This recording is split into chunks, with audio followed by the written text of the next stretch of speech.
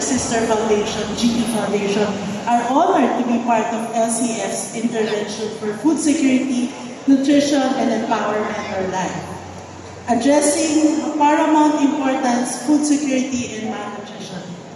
For us, it's not merely issues of sustenance, but these are foundations by which we build healthy, productive, and resilient communities. Our foundations are committed to support the Philippine Plan of Action for Nutrition and the global targets through the UN Sustainable Development Goals. Metrobank, our mother company, is measured to be a responsible business, means contributing a significant impact on social development and nation building, not just in areas of operations where our businesses are, but more so in areas that are most in need. Sabi nga ni Sir Oster kanina, maraming lugar ang kailangan talagang tulungan. As such, we remain ever responsive to the demands of the challenging times. And having our mindset on this purpose, we continue to engage and empower communities, supporting them as active participants in nation building. Enabling equitable access to health means going into basic challenges that are being experienced by underprivileged communities. We have continually provided support to programs that address these developmental challenges, especially those that cater to children and women. Our trust for our grants framework are in areas of health, education, and livelihood. So totoo lang, hindi naman ito hiwa-hiwalay eh. Para sa amin magkakadikit, parang magkakambal sila.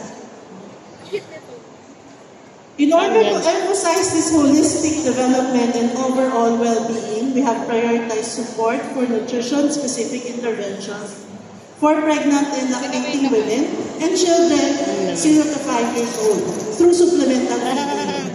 Metrobank Foundation has been doing and supporting the first 1,000 days. Pero hindi namin kaya mag-isa. Dalawang foundation, kulang pa rin, sabi nga nila Sir Masted. This intervention is complemented with various nutrition-sensitive interventions.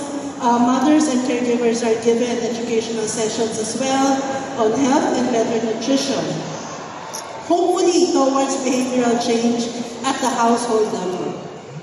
We also empowered our family beneficiaries to grow their own home or communal gardens by providing them with necessary resources and capacity-building tools. This aims to improve accessibility and availability of nutritious food in their area and also to generate additional income for their loved ones. Diba? Ang mahal-mahal na po ng gulay. So, ang laking pakinabang na nakakapagtanim sila sa sarili nilang bakuran. In 2023, we embraced an integrated, holistic, and multi-sectoral approach for our grants program to ensure impact and sustainability of our initiatives. We've entered into a 3-year partnership with Filipina Shell Foundation for Roots to Shoots 2.0 program in Pasacao, Camarines Sur. This is a testament of our commitment to contribute in food security and nutrition space in a sustainable manner. Included in the provision of basic needs, as you see in the chart presented earlier, are also water facilities that we help support. Not only are these wash facilities in schools, but also they are in community spaces like public market and hospitals. Manila Water Foundation has been our strong partner since before the pandemic. Beyond supplemental feedings, addressing food security and nutrition requires a holistic approach, recognizing the significance of livelihood. Under our livelihood trust, we included our priorities are the families of the pregnant and lactating women. By supporting and enhancing their respective livelihoods, we empower our beneficiaries to achieve sustained food security and improved nutrition.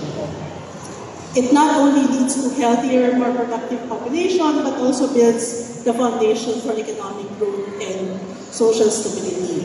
Sabi nga ng isang partner namin sa health program, Healthy mommies equals to healthy babies.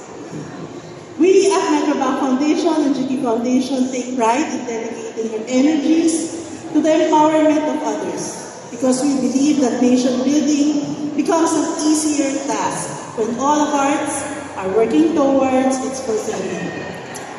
Together with LCF and Life Partners, we hope to see more organizations and corporate foundations multiply their food and nutrition security initiatives to help build communities in life priority areas where people can live a healthy, productive, and resilient life.